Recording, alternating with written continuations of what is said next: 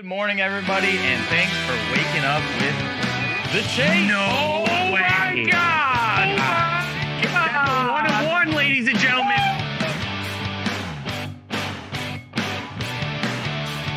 Go to Dave. I must ask you a question right now. 1-1, ladies and gentlemen. Oh, hell yeah, brother. Whoa. Sit back, relax, and crack a cold one. The Chase is live.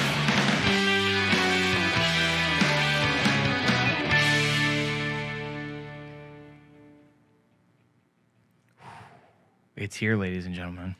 It's finally here. Big day.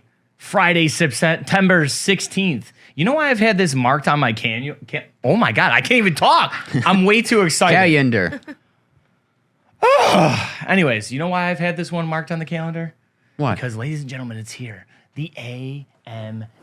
I know. You've all been waiting for it. The Ask Me Anything with Leaf CEO Brian Gray. It's finally here. So we appreciate you waking up with us as per usual. And maybe we've got some other eyes in the chat this time. But as always, I'm Troy LeCastro, alongside my co-host, David Yarder. And if you hit it to the wide, you can see we've got these gorgeous Leaf boxes all displayed for you here, which we will be giving out live to the chat. Yes, that's right, for the chatters that are here with us. Ooh, that fancy zoom. Tyler with some camera work. Great camera work by Tyler there. Nice. Little oohs and ahs. Yep, and then the super zoom out to us. He's so good. Guy knows what he's doing. Can you believe I botched the beginning? Anyways, we're gonna start strong. But here's what we got. We've got Best of Sports, Metal Draft, Pro Set Sports, Signature Series, Ultimate Draft, and Metal Basketball. So those will be what you will have a chance to get your hands on and take home. And rumor has it that the Leaf office is watching this. So According to the Twitter. So without further ado, what do you say we bring him in? Tyler, could you help me out?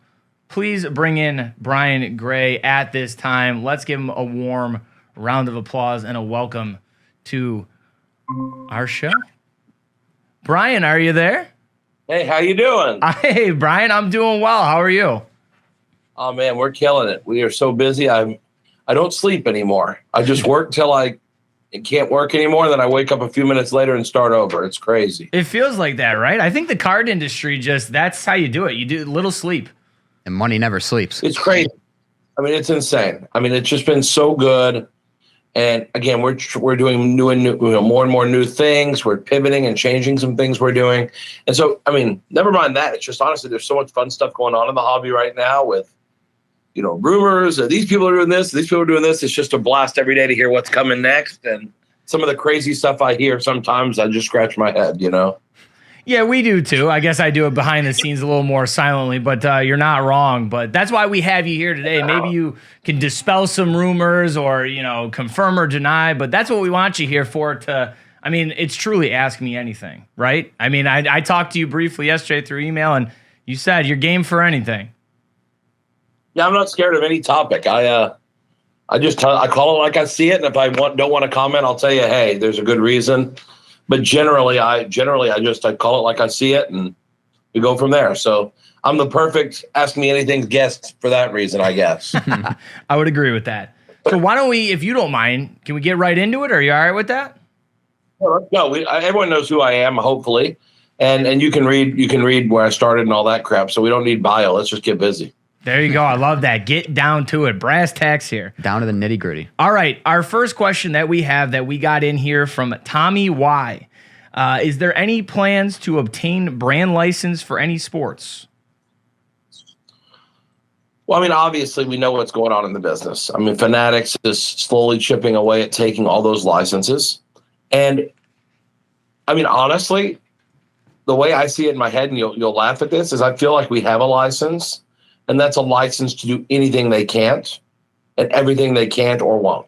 And so by not having the licenses, we have incredible freedom. We can do anything we want. We can mix sports, which is something you can't really do with the pro licenses. We can, in our multi-sport products, I treat that like a license because that's one of the best things we make. the products perform really well. And customers love the idea that in the same pack, you can pull a Hogan autograph, and Naomi Osaka, and an Erling Haaland. I mean, like the idea of intertwining these sports into an experience that's all about sports in general, I feel like we have that license. I feel like in the entertainment space with what we do with Pop Century, we have a license. It may not be a traditional MLB license with the logos, but like I tell people, go look at the 1981 Topps Montana, the 76 Topps Walter Payton. Those cards aren't licensed. They're not.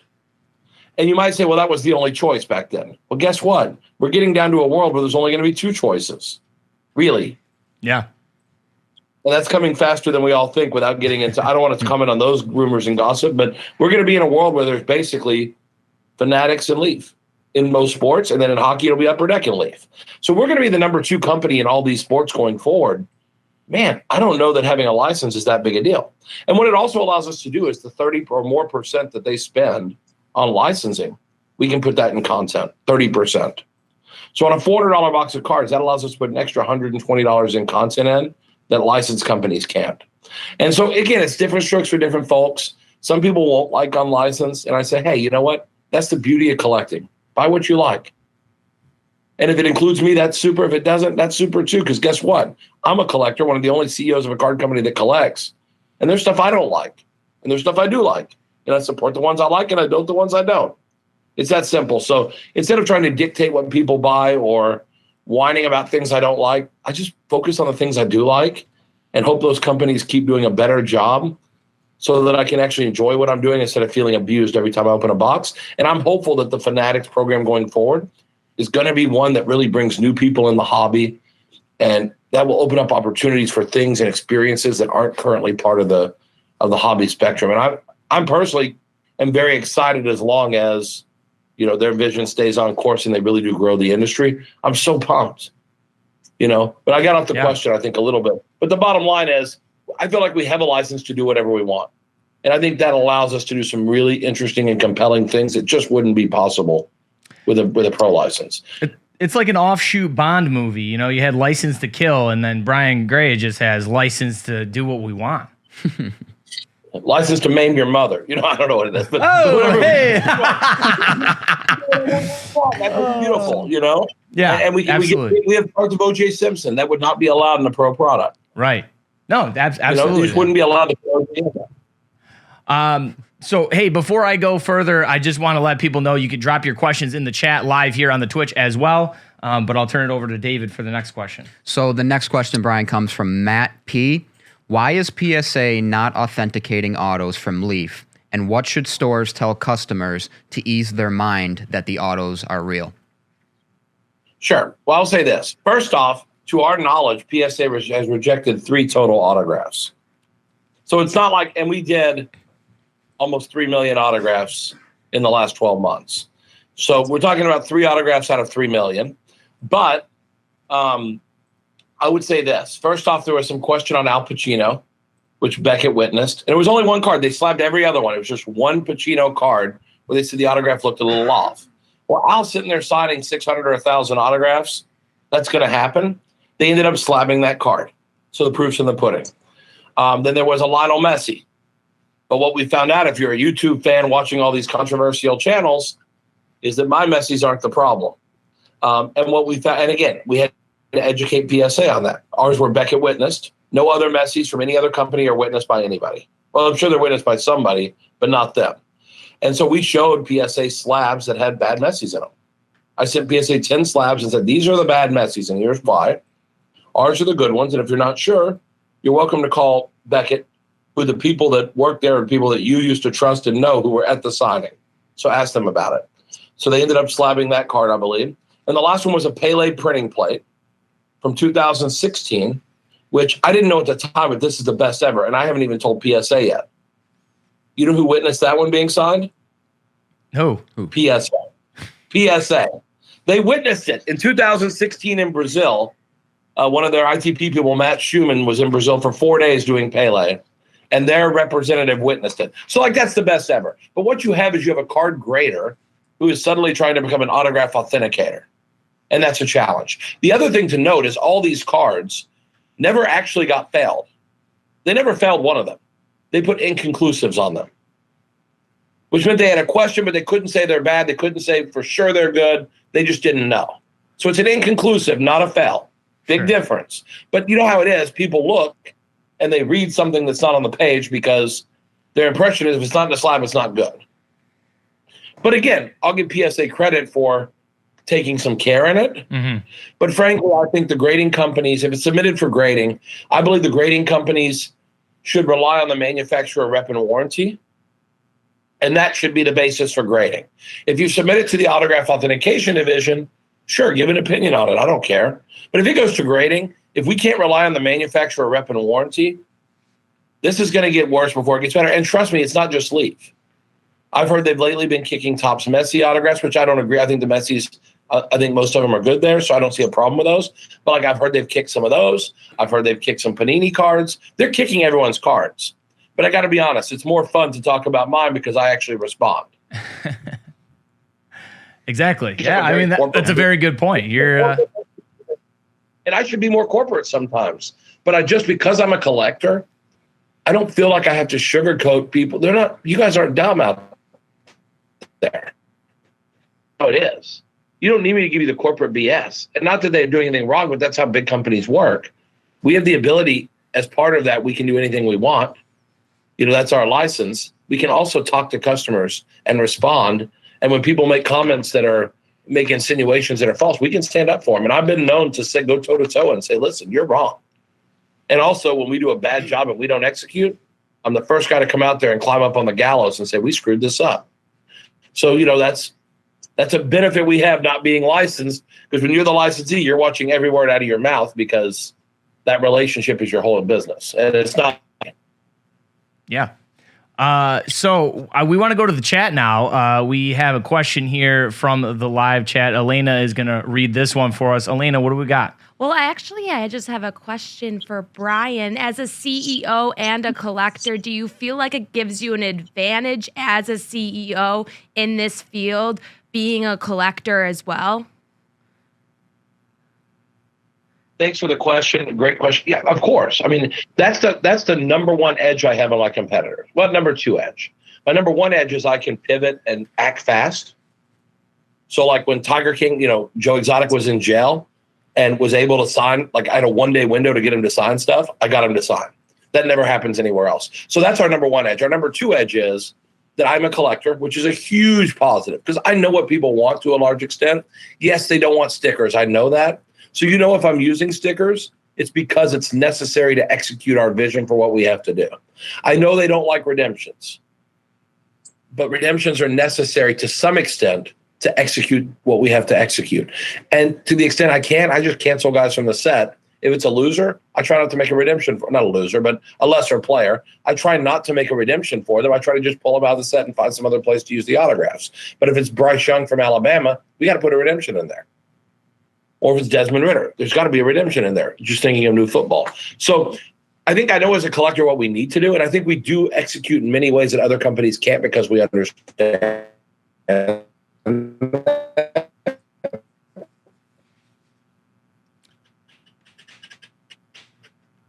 Cutting in and out. Brian, you're cutting in and out. Just wondering if you're still with us there. Sorry. We're very lucky, and again, not shooting my horn, but I've done everything in the business. I'm hardwired too. Sorry about that. That's okay. I just want to make sure.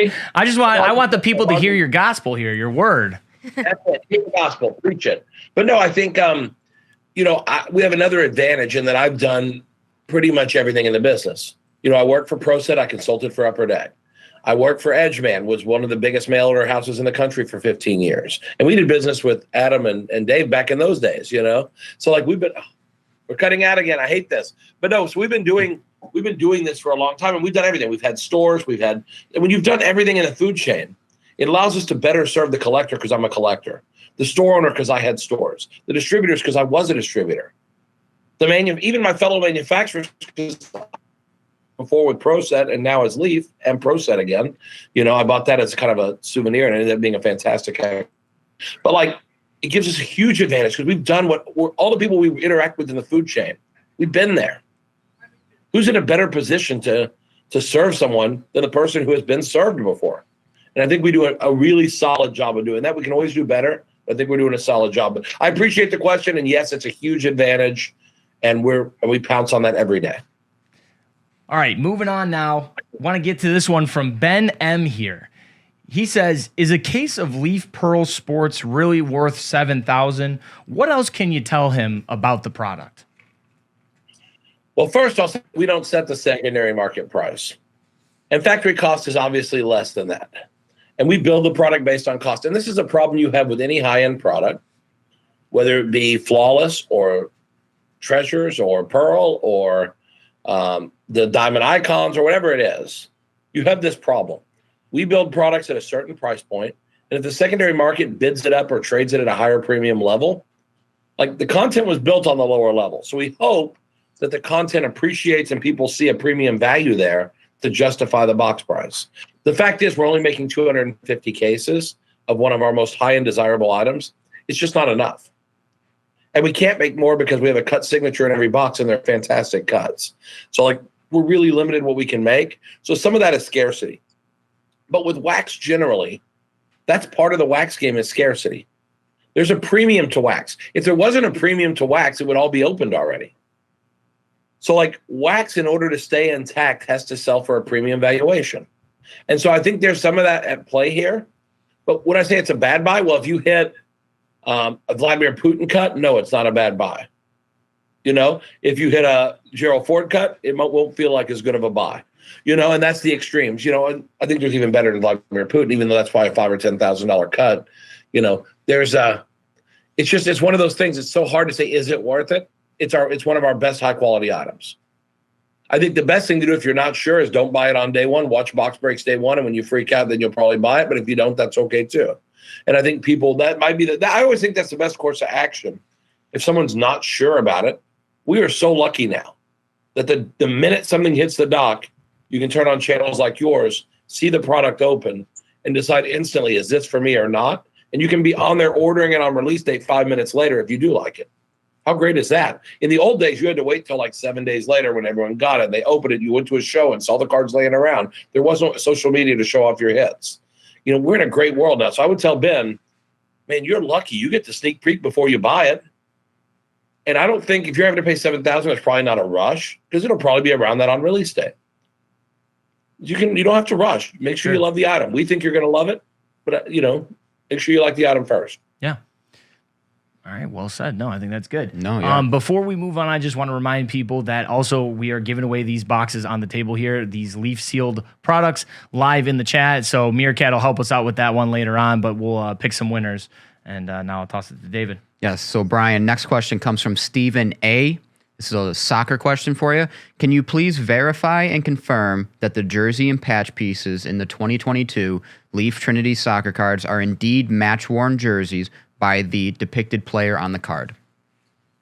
Yes, and they are match worn, and it does say player worn. That was because that was one of our shortcomings.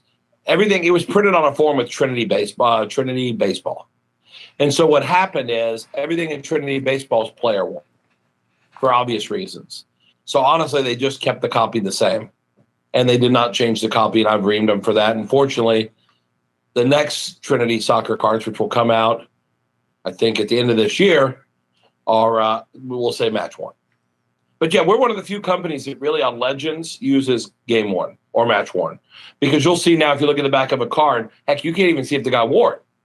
It says it's not. I wouldn't be shocked in a few years if it says not only is this not associated to any player, game, event, league, whatever, but I'm not even sure it's a jersey. You know, I could see that someday. If I say it's a tablecloth, I mean, who knows? But like for now, we are very clear. Spend a lot of money on game use. Man, it'd be so much easier when we do, I'm trying to think of a player, like we do Giannis, if I could just go to Fanatics and buy a jersey and cut it up. I mean, how much easier would that be than going and spending 13 to 20K for a Giannis jersey? You know, I'd rather just cut up a $50 jersey, but that's not how we do it. I say I click out it. I'm clicking in and out. I hate that. But yeah, so I mean, we use game use everywhere possible. But on that one set, they did screw up on the cards. I'll be honest with you. And we announced that at the time that there's a misprint and they are match worn. All right. There you have it. You heard it from the horse's mouth right there. Yep. So that is official. We'll take that as gospel right there. All right. So next one here, Marty S. says your presidential collection is many people's favorite product ever. Are there any plans to bring it back or do a similar product? It's getting harder and harder to buy those cuts. I think next year we have something on the calendar that's basically a history of the world product that will be some combination of cuts from all over the world, rulers and kings and queens and presidents and all that stuff, along with relics. So I would suspect that you'll see something in that category, but the Oval Office as we knew it is done. Now, I will say that on pre-war this week, and I don't know if it's okay that I'm plugging them, but they actually have a Lincoln-Washington duel at auction this week. The biggest hit in the biggest Oval Office. It's a 101 signed by Lincoln and Washington. And I think it's at 20-something thousand right now, but that is the iconic card. So if you're a fan of that, save the money you would have bought on my Oval Office and go buy that card because that's the greatest presidential card of all time. Yeah, absolutely. I got to ask this one because it's in the chat. Our guy Jay-Z asked, are we going to see any NASCAR products from Leaf anytime soon? No, I think that will be a product that Panini will make going forward. And again, we'd rather take the two best racers in the world and work them into our product, which is what you're going to see over time. We'll get a handful of guys like we do in our multi-sport. We think that space for cards is not a strong space. We don't want any part of it. We would rather take the best players and work them, best racers, drivers, and incorporate them into our multi-sport. All right. Okay, good to Even know there. we've outgrown NASCAR. Kind of scary. All right, good note there. Just want to wish a good morning to everybody who's just joining us. We have Leafs CEO Brian Gray on for an Ask Me Anything. So, of course, continue to put your questions in the chat, and then we have some questions that we gathered right here. But I see Elena has another one. Elena, what do we got? AG1286 asking, are NFT sports cards a huge growth area? Most hobbyists I know like being able to physically open their hits. Is that a possibility with Leaf in the future? I mean, thank you for the question. We did some NFT in a small way. I personally do not like that space unless there's a physical attachment. Like Panini's done the blockchain where you bought the 101, you got the real card and the digital. That's fine. I think pure digital play. I mean, listen, it's. I'm sure I'll eat these words later in the metaverse when no one goes into real card stores and they're buying pretend cards. But I mean, when I was a little kid, I used to pretend I had a friend named Sam. So like, I don't think that's served me too well if I would have relied on that as my only friendship. So like, I think cards are here to stay in a physical form. Digital, I'm sure there'll be people that like that because again, kids are different now. They look at a picture and act like it's real. So maybe they'll enjoy this long term. NFTs, pure in and of themselves, I think it's more hype than substance. I really do. Now, again, will we offer that? I make stuff all the time that I'm not a big fan of, but people want it, so I make it. Like repacks. I don't like doing repacks. People want them, so I make them. And so again, I don't have to love it to make it. I just have to have people that want it. So again, if everyone said we have to have NFTs, fine, we'll make them. You know, we'll be in that business. But I don't see that clamoring like people want to think it exists. But would you want to get ahead of it if you could? Well, you're not really getting ahead of it because everyone's doing something. We have an NFT presence already. Okay. If you go, I think through our website you can go and buy our NFTs on through Wax when they're offered as packs. We already have offerings. I think we have another offering coming up soon. So we're making stuff there. I'm just not dedicating massive resources and sitting in Discord 20 hours a day myself doing it because the space currently doesn't justify it. And in my vision of the hobby, I question the significant role of it without physical attachment. I could tease people by putting physical stuff with it, and I could force customers to go buy them to get the physical asset. But why make them jump through hoops they don't want to jump through? Make it easy for them. They don't really care about a screensaver, a lot of them, and that's fine. You know, don't buy it. If you like them, we've got a place for you to go buy them through our website, leaftradingcards.com.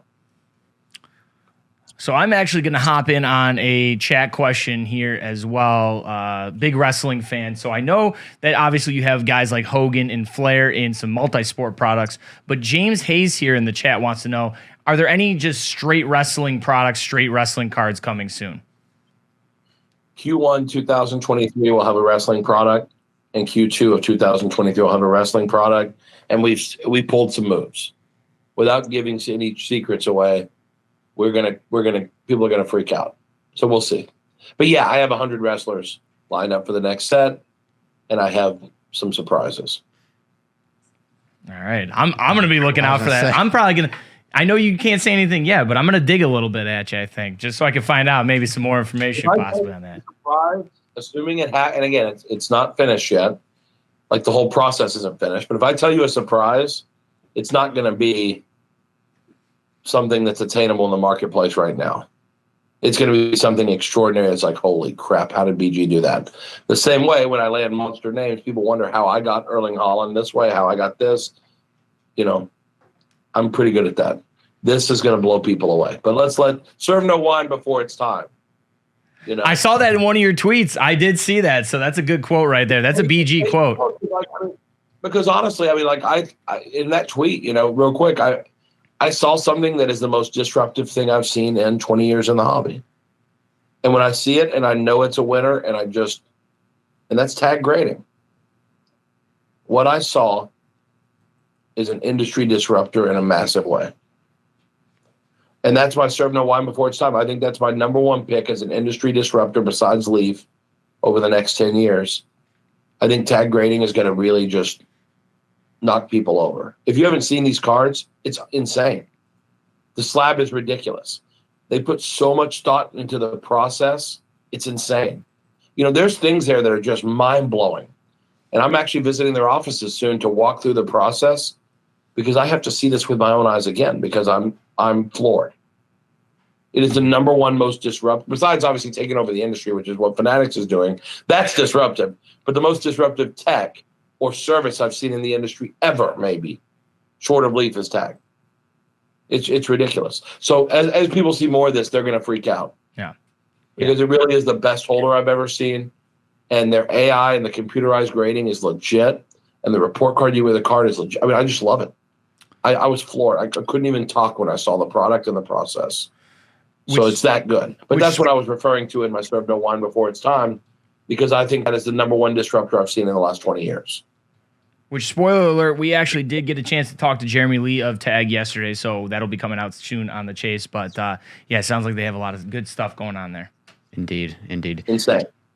So next question's coming from Jared S. How do you see the change in collegiate NIL laws affecting the hobby over the next few years? Well, we jumped in NIL with both feet. And what we learned right away is products that are NIL driven will not work in this hobby. The problem is that people are not prospecting college yet. Now, maybe it'll work down the line, like Army All-American football that we used to make. The first 3 years, no one collected it, but then they realized that that's where the great quarterbacks of the future came from. So then they bought it. Perfect Game Baseball, same thing. A lot of people don't support the product until they see the monster names that come out of there, and they're like, okay, that makes sense. So it's a changing the way people collect and making them prospect college basketball players and college football players. We found it very difficult. We had some products that perform less admirably in the market than we would have liked. But a lot of that really is we're trying to change how consumers behave. And I think we culture shocked them a little bit with those, where the whole product was college kids. I think that was too much. So now we're incorporating NIL with our other sports products, like football draft this year has NIL guys. But what we've also learned is they don't want a deep prospect. They don't want some running back from Toledo. Yes, he'll be a second rounder in 3 years, but like they don't want to prospect that far ahead with a school they don't like. So our NIL selection will be much tighter now. It'll be the ultra elite guys that are first and second round skill guys the next year or the year after. So we're going to really focus on just the best names. I'm sure there are going to be some agents upset that we're not signing hundreds of college kids like we were, but we got to focus on what consumers want. And as a collector, I'm able to pivot when I see they don't want to speculate that deep. They want the no-brainers. C.J. Stroud, Bryce Young, Bijan Robinson. The guys that are no-brainers. Right. That are no-brainers going to be top first or second round picks in the NFL draft next year, and they get them early. And honestly, for our product, I don't know why people wouldn't buy them, because it's no different than what's going to come out when draft comes out. And we're not really making draft like we used to anymore. That'll change too. But like in this evolution, you would think a card of them in college is better than them when they enter the draft, and they both have college logos. So what's the difference? Or college no logos, college colors, whatever. Mm-hmm. So it's interesting. So yeah, we're incorporating that in our products, but we actually went too far with it, and now we're pulling back and being smarter about how we use them. Makes sense. Yeah. So next up here, we have Stephen V. He says, I'm wondering when I can expect to receive my Wander Franco 2020 Leaf Valiant autograph card. I've heard that you were offering a different card for people that didn't want to wait, but I am willing to wait for the card. And also, why do we have to wait? What was the problem that caused the wait? Well, I mean, listen, I don't like talking bad about players we work with, but Wander did not do a good job of handling his responsibilities. Some of that is because every company used a gazillion of him. And, the kid's playing now. It's different than when he was in the Mons. And so I think he overcommitted. That's a piece of it.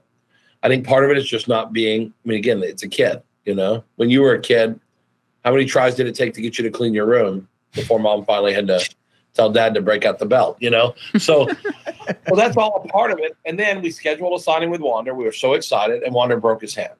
And he's been on the DL. He just came off the DL, and so he texted the agent and said, you saw what we did with CD Lamb. Let's get this done. Because we will sue Wander if we have to. We're signed. Now, in the interim, we did offer an alternative, which you can get, ironically, a Jack Leiter autograph and a CD Lamb on-card rookie autograph for your Wander if you want to. But, some people want Wander, and I don't blame them. That's what we promised them. We're going to deliver it one way or the other. And if we don't, we're going to way over exceed our expectations and replacing it at some point. But with that being said, we believe Wander will sign and get it done. That is by far the oldest redemption we have out there, and we hate it. But again, I've had one redemption ever that's hit 24 months in the history of Leaf. That's pretty mind-blowing when we're getting emails where some companies are wiping out redemptions that are 5 years old or older. We've never had anything like that. So we'll get Wander done. And again, we're trying to reduce redemptions because we know there's no place in the hobby for 2-year waits. But again, the fact that we sued CD Lamb to make him take care of our customers, that's a pretty bold step that you won't see again. That's something being unlicensed I can do that licensees can't or won't. And now that's a great answer right there for that redemption. I'm going to go to Elena. Looks like she's got another question for you. Yeah, from Bloomy23, he's asking, Brian, will you be doing more MVP finals like the Curry MVP finals one-off card? Yeah, we've been doing a ton of one-off cards on the website. I think so far we've done Curry. We did Soto San Diego when he got traded, where we showed him in his new threads. We've done Erling Haaland for back-to-back hat tricks, which is a near impossible feat. We did an Erling Haaland autograph. We did Jabari Smith, welcome to Houston. Last week we just finished Kenny Pickett, welcome to Pittsburgh, and Aiden Hutchinson, welcome to Detroit. And those cards sold hundreds of copies. They're great. And every so often you get lucky, like Jabari Smith sold under 100 copies. That's going to be, or around 100 copies. That's going to be a great card because of that. Erling Haaland sold like 39 copies because they were $700 a piece. So you're gonna see that's a really tough card of a great player. So we're doing more and more of those. I think we just put up week 1's rookie standouts. So you have cards of that style of Jahan Dotson and Javon Walker, number 1 pick in the draft. And so you're going to see cards like this in all different areas. And then we also have a line coming out soon that is Pop Century Influencers, where it's going to be basically the great influencers in pop culture, whether it be Insta, TikTok, whatever. They're going to have exclusive online signed, unsigned, and sometimes memorabilia cards that you can buy on our website for 7 or 10 days, and that's it. Print to order, whatever the print run is, it is. I don't care if we sell 1 copy or 1,000. That it's going to be what it is. And so you're going to see more and more direct consumer offerings, because what we're finding is, like, we're hopeful Fanatics is going to grow the business through their great footprint and through all the things they do. We're hopeful of that. And we think, how can we add to the effort of bringing new people in? And the way we do that is to appeal to fans more and more and more, and less just to box breakers. We love box breakers and case breakers and collectors who buy boxes. We love that. But we know that when we make a Queen Elizabeth Memorial 3-card set, we're going to reach little girls and moms and grandmoms all over the world that never collected cards, and they're going to buy that. And once a person gets their arms around the concept that a card is valuable, anything's possible for the future. And that's how we're going to grow our part. That's how we're going to do our part to grow. And I think Fanatics will reach casual sports fans in a way like we're trying to here with pop culture. And again, we found, like, through Facebook advertising, we're buying the Jahan Dotson card this week, who, looking at their profile, I don't think they've ever bought a card before. I think they're a Redskins fan, or a Commanders fan, But with that being said, I think that's what's cool about it is I think we have a chance of reaching new people using these direct-to-consumer offerings of individual cards that really a new collector is not going to spend $1,500 for a box of Prism. They're just not. Sure. Or $3,000 for a box of Pearl. They're not doing that. They may not even spend $30 for a blaster box, but they might buy a Joe Exotic autograph or base card. Or they might buy a Trevor Pro set back when we sold 63,000 of those in 2021 on the website. Wow. That's how we get people in the business, is give them something they can get their arms around, to get their feet wet, that's in an area of interest for them, whether it's sports, entertainment, politics, whatever it is. So, yeah, we're all over that. I get out the question so easy. We're all over it. We're making lots of exclusive items, both autographed and non-autographed, for collectors so we can target their interest very directly. So real quick, I just want to, if you're just joining us, I just want to remind you, we are doing a Brian Gray AMA with the Leaf CEO himself, who's hydrating, obviously, during these hard-hitting questions. So thank you for joining us, and thank you for subscribing and watching. And now I'm going to go back to Elena. She has another question for you here. Yeah, I just have a follow-up question, because as someone that's breaking into this industry myself and getting into cards in general, you're kind of speaking my language in terms of this specialty, cards of Joe Exotic you mentioned, and influencers from TikTok and Instagram. Are you able to give any insight or just a sneak peek on people you're thinking for that? Well, and it's going to be a wide range. Some of them will be people you love, and some of them will be people who you're like, I hate that person, or, because again, that's the great thing about influencers. They're very polarizing. So I can absolutely relate, because in the industry, I'm somewhat polarizing. I think, even though I'm trying to be like the softer side of Sears now, I'm trying to be the guy that everybody loves, but, some people don't love every flavor, So with that, I think the first name in the set is Jake Paul. Oh, there you go. So we're not starting small. We're not starting small. So I think the people who've signed on, just a couple of them, I think we Bad Barbie yesterday. Oh. Like Catch Me Outside, So I think we're signing people. We're signing people that are unusual, that are different. I can tell you we have a couple of big TikTok people we're working with now. It's going to be good. And it's not just a bunch of hot girls, because, again, we have no problem with catering to what people collect. But that's the problem. People think Insta. All they think about is these Insta models. We're talking about a wide range of influencers in all fields. And it could be the subject of a sports documentary that went viral. It could be anything. It could literally be anything that any person that has. It could be a chef that has huge Instagram or TikTok influence. It could be the husband and wife that dance on TikTok. It could be the husband and wife that sing pair. Intriguing, and millions of followers are involved, because to us, again, if we're talking about growing the market this way, yes, there's some great videos of people that have 32 followers, but we're signing people that have millions of followers and that are making 150, 200 grand a month on OnlyFans or YouTube or whatever it is. And we know that we're going to reach a number of people that have never dreamed of buying a card or a collectible. And when the influencer tells them, hey, my first card ever is a Leaf card, go check it out here, we're going to bring not hundreds or thousands, but tens of thousands of people. We're going to make them make their first ever card purchase. And that's why I think in a new world where it's Fanatics and us and Upper Deck, I personally think that's a great world, because for the first time, instead of trying to take each other's legs out, I think you're going to see manufacturers with one common goal: to grow the addressable market. And I know from talking to Fanatics, we have the same goal. We have the exact same goal. We're going to grow the number of people in the world that collect a trading card. And I think we're going to be successful at doing that. And we're taking a different route. But at the end of the day, what we're going to have is twice as many people capable of buying a card in the world than there are today, or 3 times or 5 times or 10 times. And that's going to be amazing. So I'm pumped about this, even though we're not going to get rich. We may get rich on these influencers, but we may not. It doesn't really matter. It's about doing something that grows the addressable market, a hobby that I've spent my whole life loving, and hopefully it wasn't a waste. I want to make this hobby a better place than I came into. Better than I found it. I want to leave it better. And I think this is a step that way. And I think people are going to get behind the Insta influencers, TikTokers. I mean, Jake Paul's going to break our website, even though it's not going to be cheap. People are going to want that card. They're going to want it. I think Bad Barbie, people are going to want that card because she's a controversial, Yeah. influencer. People are going to want some of the other influencers that we have on the plate that are big. So I think it's going to be good. But I think we've signed 6 or 10 so far. And every day we're reaching out to more and more names.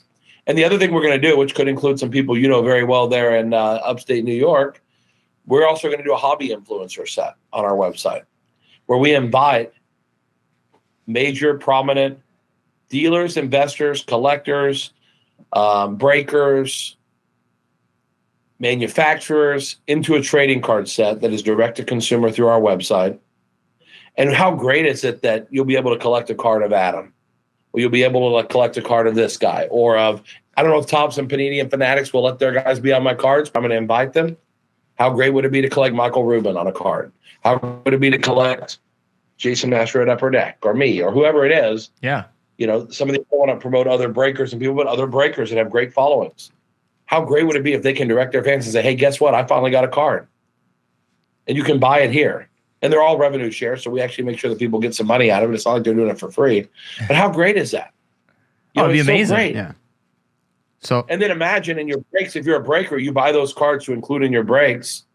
Whoever draws the commander, since that spot sucks, you give them whoever autograph card. Hey, I'll sign a card for you and put it in there, and I'm only doing 50 of them or whatever. So it's just, we think it's fun, but again, it promotes the hobby.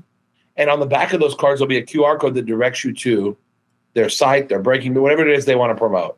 And the great thing about cards is I've told people for years, if we use the card back correctly as some form of advertising along with information, how great is it that people pay for our advertisements, put them in plastic and preserve them in perfect condition and save them forever?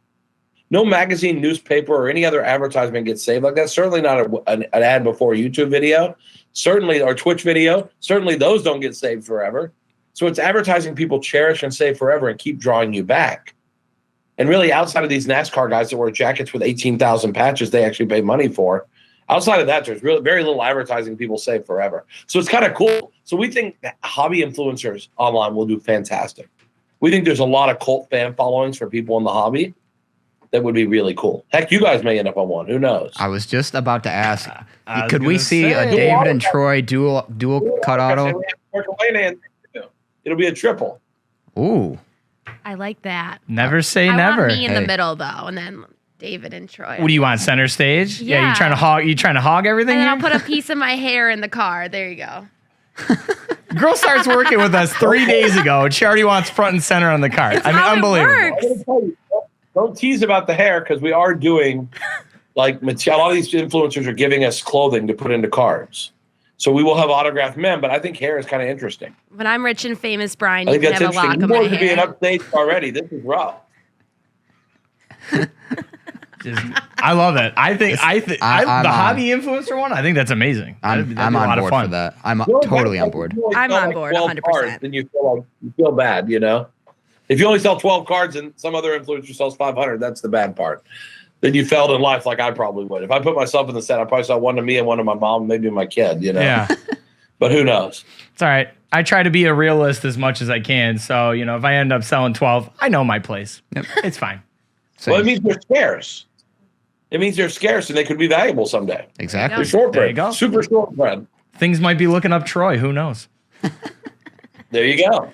So, we're going to give away some... We are, product? yes. Brian, we're just going to take a quick intermission for a second here. Meerkat, can you give us our first 3 winners of the boxes in the chat, please? All right, let's get into it. You want to pick what 3 boxes we're giving away first, so the winners will know what we're giving away there? Sure. Why don't we do what's on David's side? We got 2020 Pro Set Sports. We've got 2022 Best of Sports. And then what's that one? Ultimate Draft Football. Yeah, so let's do Pro Set, Best of Sports, and Ultimate Draft Football. Let's give those 3 away, please. All right, let's get into it. We'll go with the Pro Set first. Let's go, Nightbot, do your thing. There we go. Camo 7. Camo 7 in the chat is winning the Pro Set box. We love to see that. Now let's just get our next giveaway going. 1 second. Sorry about that. Hey, no, you're fine. Meerkat's doing what he can do. Let's go. Number 2. Nightbot didn't pick anyone. How dare Nightbot? Let me just read Technology. real quick. We love to see this happen. All right, here we go. Roll it. Chelsea Dagger. Chelsea Dagger. Let's go. Let's go. Congratulations. Absolutely love to see a regular going home with that one. And next up, we got the ultimate draft. Here we go. Wahoos! Let's go! Big day for the regulars. All right, we'll give away those other three near the end of the show. Troy will cue us up for that. Sure will. All right, there. All right, Brian, we're going to get back into the questions. Once again, I just want to do this for the purpose of letting you know if you're just joining us, we are doing AMA with Leaf's CEO, Brian Gray. Were you going to the next question? I think it's up. We're up to you, right? Was it me? Yes. I think it's you. I think it was. Go for it. So this is more of like a card creativity question. What is the process of coming up with all the different themes for sets? So, for example, you're a year to remember, etc. How do you choose what players are added, and how do you really come up with them themes? Most of those kind of themes are coming from Greg in our office. Greg Cohn, who used to be an upper deck guy and came to the light side at Leaf. And, we I had to slide a little something in there, but he's fantastic. And his theming is phenomenal. And I think for a lot of these sets, he just tries to think of, again, the flexibility we have because we don't have a license and we can put whoever we want on a card. It allows him to mix and match interesting names. And so honestly, I think he looks at those years and says, of the assets we have available, what players either had massive achievements or goals or whatever. And I think once he gets down to it, he looks at our assets and does a matching game of what best fits. But he's got a pretty good sports background. He knows stuff that's stupid. Like, he's crazy smart. And so I think he does a phenomenal job of coming up with some of these themes. Every so often I'll throw a theme out. Like in Lumber Kings, they talk about contact hitters. I thought it'd be cool to do contract hitters. All the guys that got these massive contracts. So there's Bobby Bonilla, A-Rod, Trout, all these guys is kind of cool. And then I came up with, like, years back, like So Money for a basketball set. That's kind of gaudy, but that's what people like in basketball, where it's a $100 bill basically with a player on it. And it's signed or whatever. But I thought that was cool because it's gaudy and it's like, players are So Money. They're just So Money. And so we try to come up with stuff like that. It's just, sometimes it's me, sometimes it's Greg. We sit around in the office and just, like, throw crap against the wall and see what sticks. And a lot of it does slide down. It doesn't work. But some of it does stick sometimes. And we come up with something that's pretty crazy. But a lot of the things you're talking about, like in the game used in some of those sets, that's Greg. He's a mad sports genius, and he does a phenomenal job. Awesome. All right, next question up here. We're going to go to Jonathan S. Now, bear with me. I'm going to try to see the English here and read this as a full sentence. Do you think it's right to sell to a store at cost and then Leaf puts up buys on DealerNet, buying it back way under cost? Yeah, so here's our philosophy. Then we just stopped because I'll let customers see the other side of how this works. But what we believe in is, if the CEO of a company in the real world says, hey, our stock is undervalued, they go buy the stock back off the market. And so in our industry, unfortunately, not everyone can be David Adams and be well-financed and a great operation. Some guys are underfinanced and they need money constantly.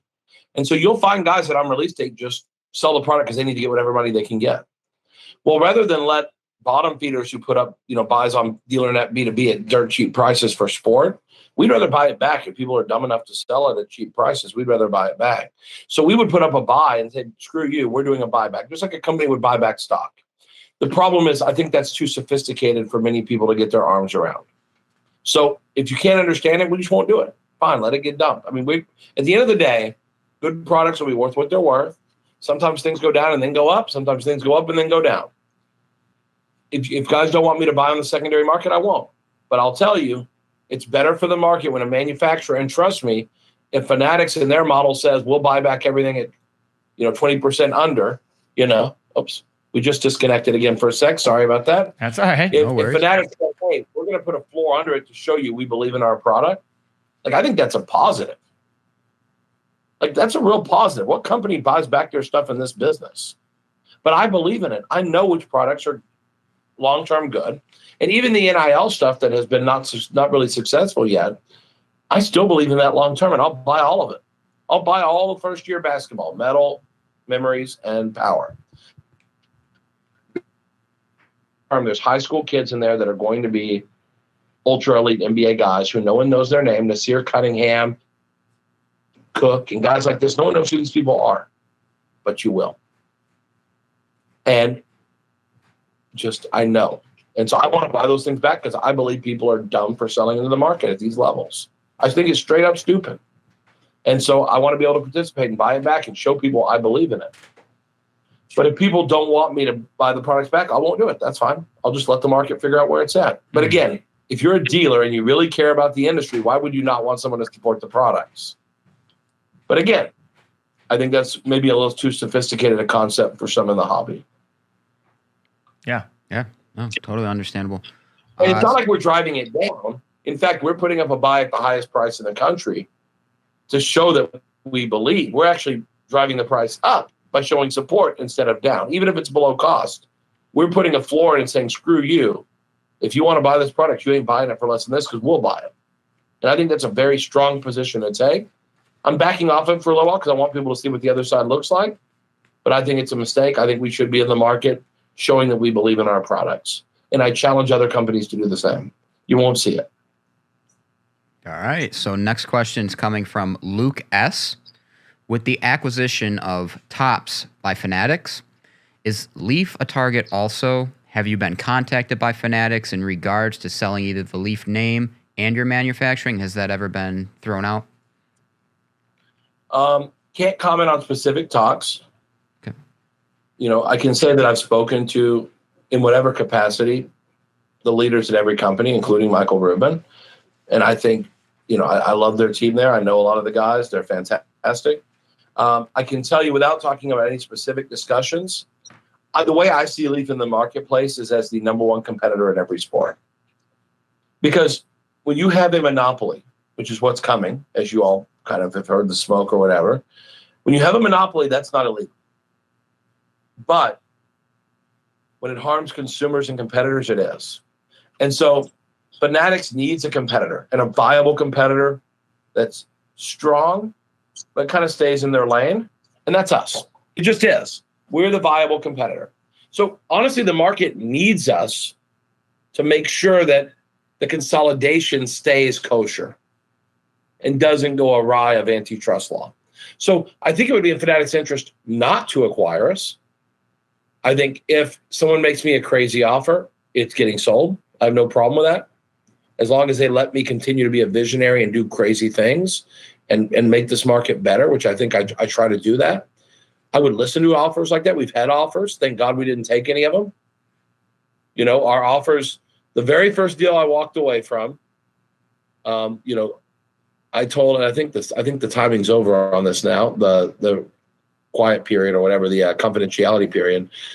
I told them I wanted $30 million for Leaf in 2019, and they offered $25 million. And it's a massive company. When I say massive, top 3 company in our industry in some capacity. And they said 25's our best, take it or leave it. And I said, I'll leave it. The last discussions we've had with anyone are well over $200 million for Leaf now. So we're in a different world. You know, thank God I didn't. It's like that Garth Brooks song, thank God for unanswered prayers. You know, I'm so glad I didn't take that offer. I was very tempted because at that time, 25 million was, but at least become a much, much, much bigger company now. You know, we're doing 100 million in sales this year, but I think we will end up doing something. How about that? I don't think it'll be with Fanatics, but I will tell you that we have multiple ongoing discussions at this moment, and we have for the last 6 to 8 months. And we have walked away from 2 different deals that looked like they were done deals, but we kept growing so fast. The minute we hit a snag, like we're out, we can, you know, we're going to get more for it. Yeah. So we've had deals in the past we walked away from that the deal was on paper and we walked. So, you know, we just focus. We can't worry about that stuff. You know, it's kind of like any CEO of a company on the stock exchange. We don't worry about our stock, but we got to worry about our investors, which we don't really have, but we worry about just doing a great job for our customers. The money will work itself out. You know, I have enough money now I can quit. I'm not bragging. I'm just saying I've done this a long time. I'm in pretty good shape. Not physically, but you know, I could use an extra workout or two. But you know, but in terms of like long term, I'm fine. I do this because I love it. And I could pull a Barry Sanders or an Andrew Luck and just say, I'm out, guys. Peace out. Yeah. And that would be kind of a crazy way to leave, but I'm not done.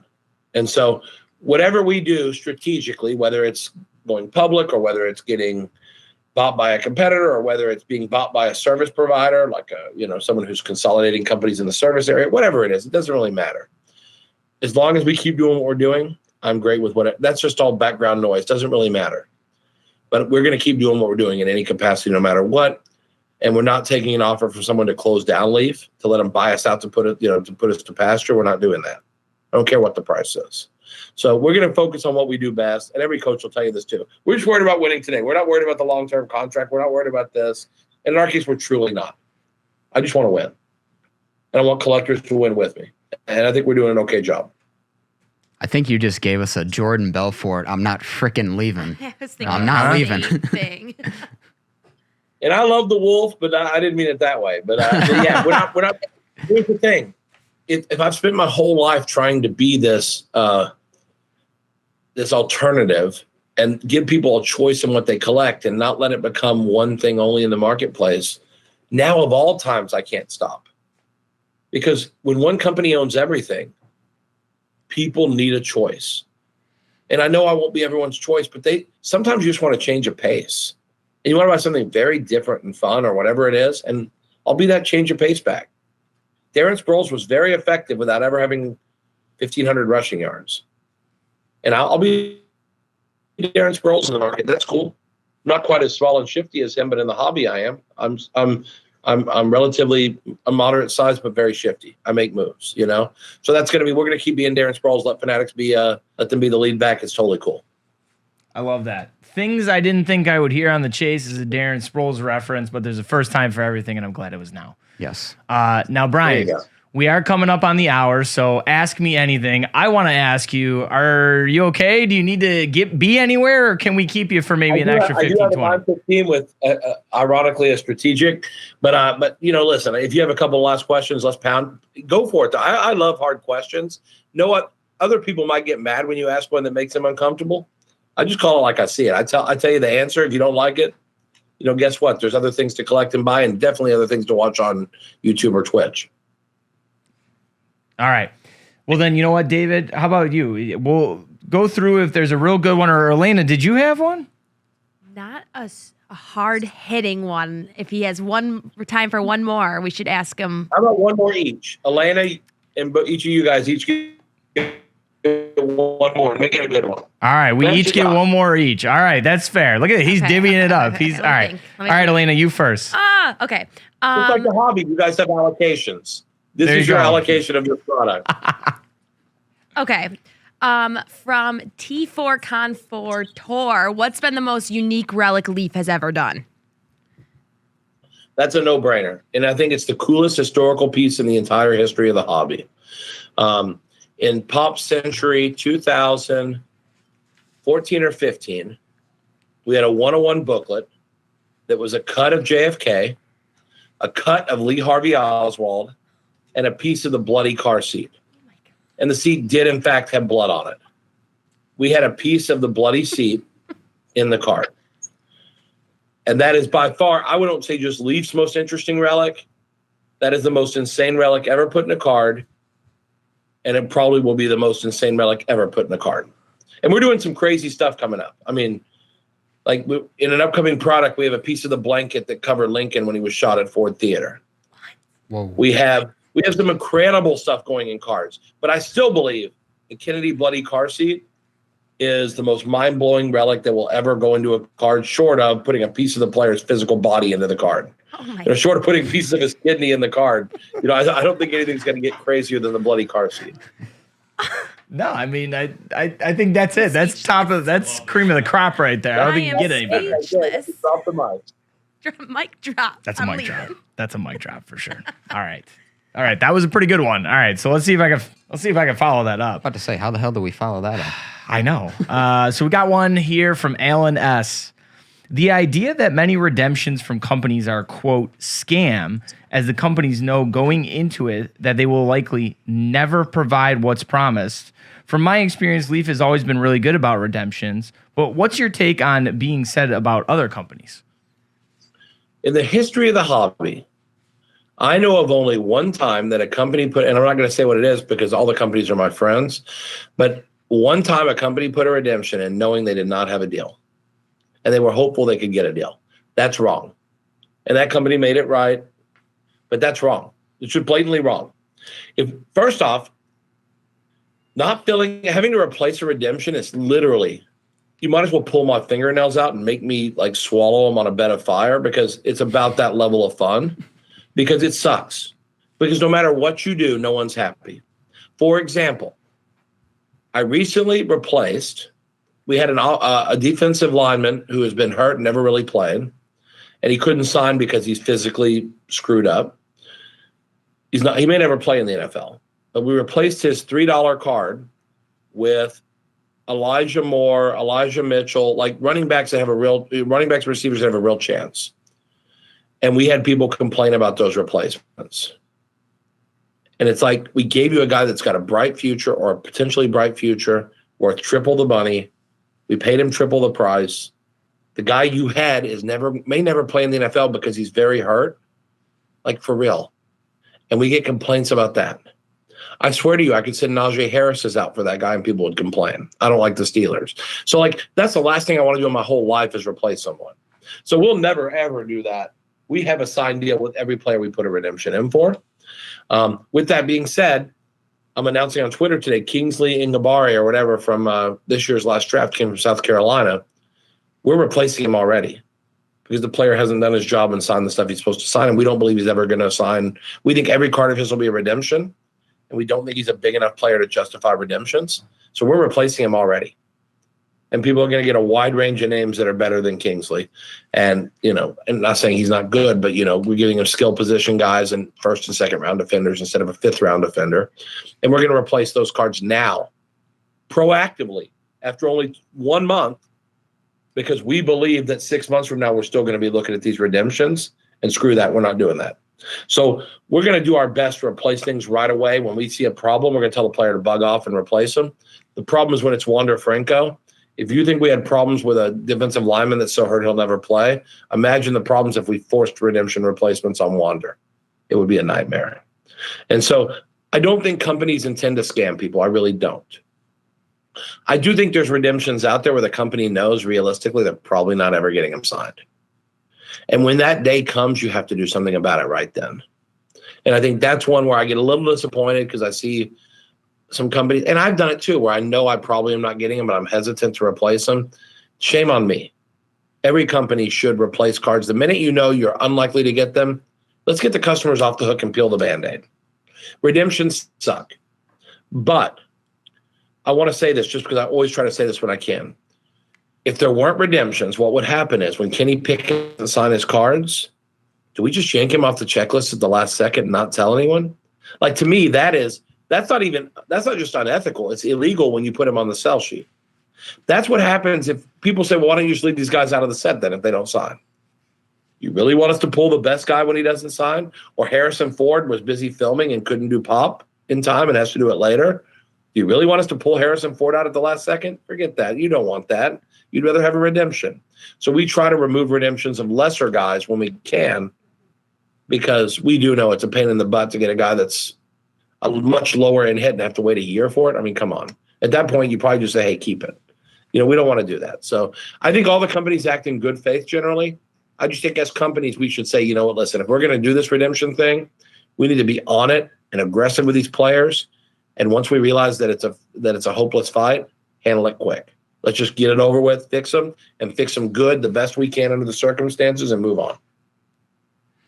And lastly, while we still have a little bit of time, this one's from Tony K. How do you feel about the Fanatics deal with Panini and Topps affecting the market? How do you feel? Well, first, we're assuming there's a Panini deal. Sure. But I'm sure I don't know if you saw my cryptic tweet the other day. Where there's smoke, there's not always fire, but where there's fire, there is always smoke. So I'm sure that there will be a deal. I'm sure there will be a deal announced with all of them at some point. And honestly, if the mission is to grow the hobby, to not harm the consumer in the process and not harm competitors in the process, making the monopoly illegal instead of legal. As long as that's the goal, and to grow the industry for those of us that are left, more power to us. I'll do anything I can to help them. I'll give free stuff to National Trading Card Day or whatever it is. I mean, National Baseball Card Day. I'll print cards and give them to them free. They can put them in there for nothing. I'll do anything I can to help. Because I think charity efforts, I'll do whatever I can to help. Because as an industry, I said this on a show the other day, we're not all on the same team, but we're still all in this together as manufacturers. And when one of us fails, it hurts all of us. And when one of us thrives, it helps all of us. And at the end of the day, I think the days of manufacturers trying to take each other's knees out, I think that's going to be over after the next acquisition. So I'm tickled with it as long as it doesn't harm competitors, but more importantly, consumers. Because most monopolies that are harmful, I hate to call it monopoly, but it is, most monopolies that are harmful are the ones that hurt consumers. And our consumers have been through enough. We need to treat them the best we can and really appreciate the plight of more expensive boxes and some of those things in the hobby that has really tested some consumers' will from time to time. That's hell of an answer. Hell of an answer. Great way to close it out there, I must say. So, Brian, I don't know what's left to say. I mean, thank you so much for your time. Here we come to an end, but hopefully we could do this with you again. Hopefully your experience here was great. But any last parting words you'd like to give?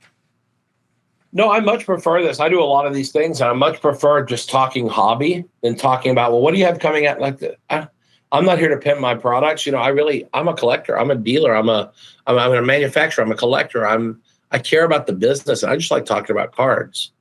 You know, and I think that's what's cool is we're in a community that is vast.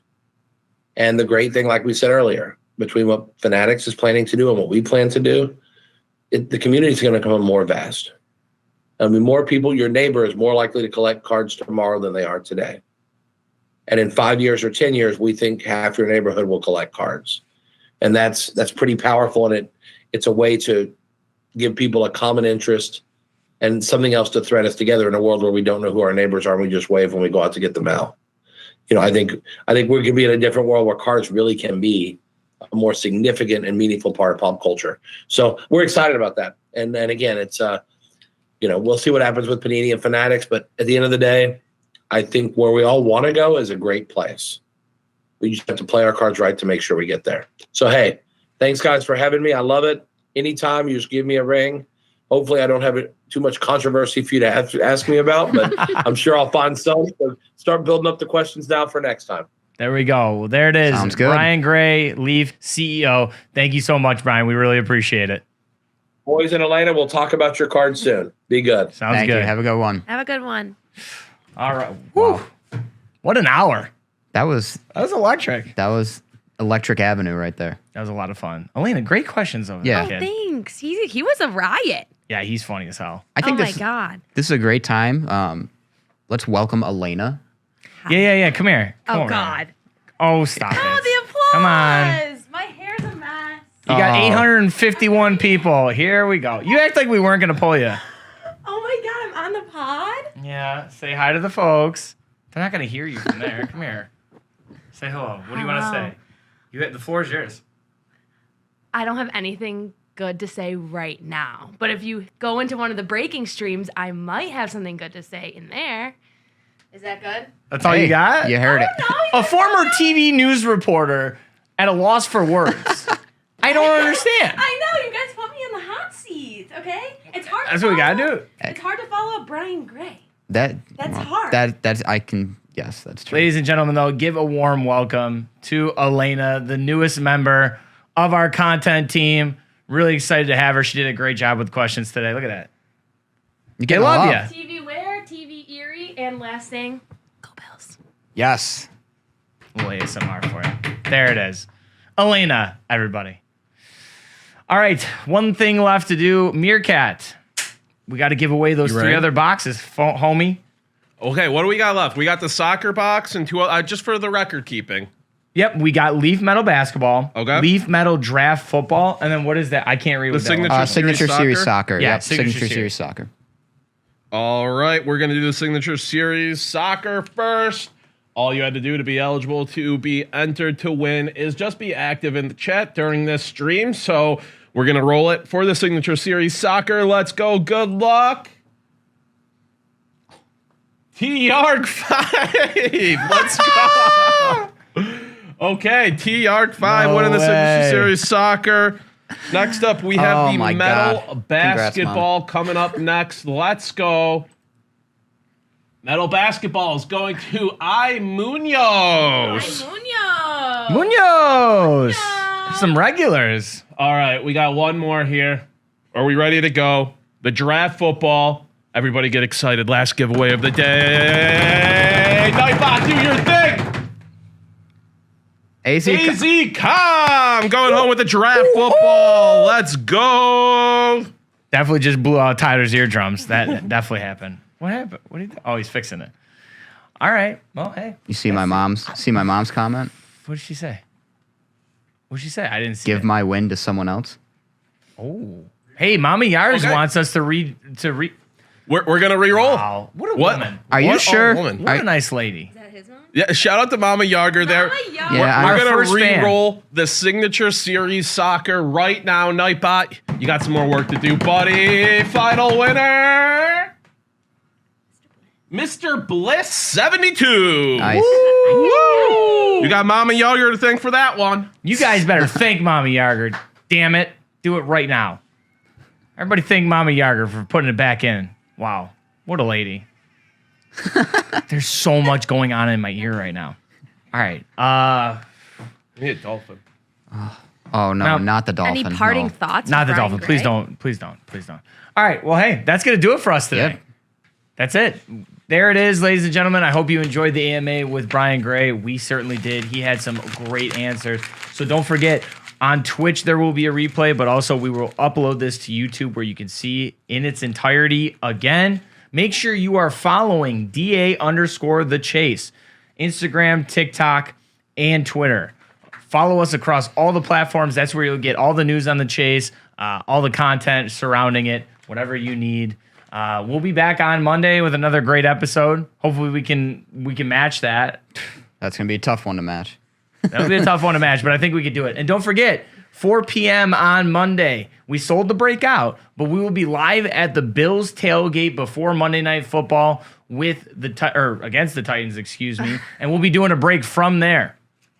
And we're giving away a Josh Allen helmet and a Derrick Henry helmet in that break. So look out for that too. Hopefully we see you guys in the chat and watching that as well. So Let's have a weekend. have a weekend for Have a David. weekend. I'm Troy. That was Elena. She's behind the I'm camera. Elena. And there's only one thing left to do. Just remember, it's all about the the chase. Have a good weekend, top guys. Out. It's gonna be a good weekend.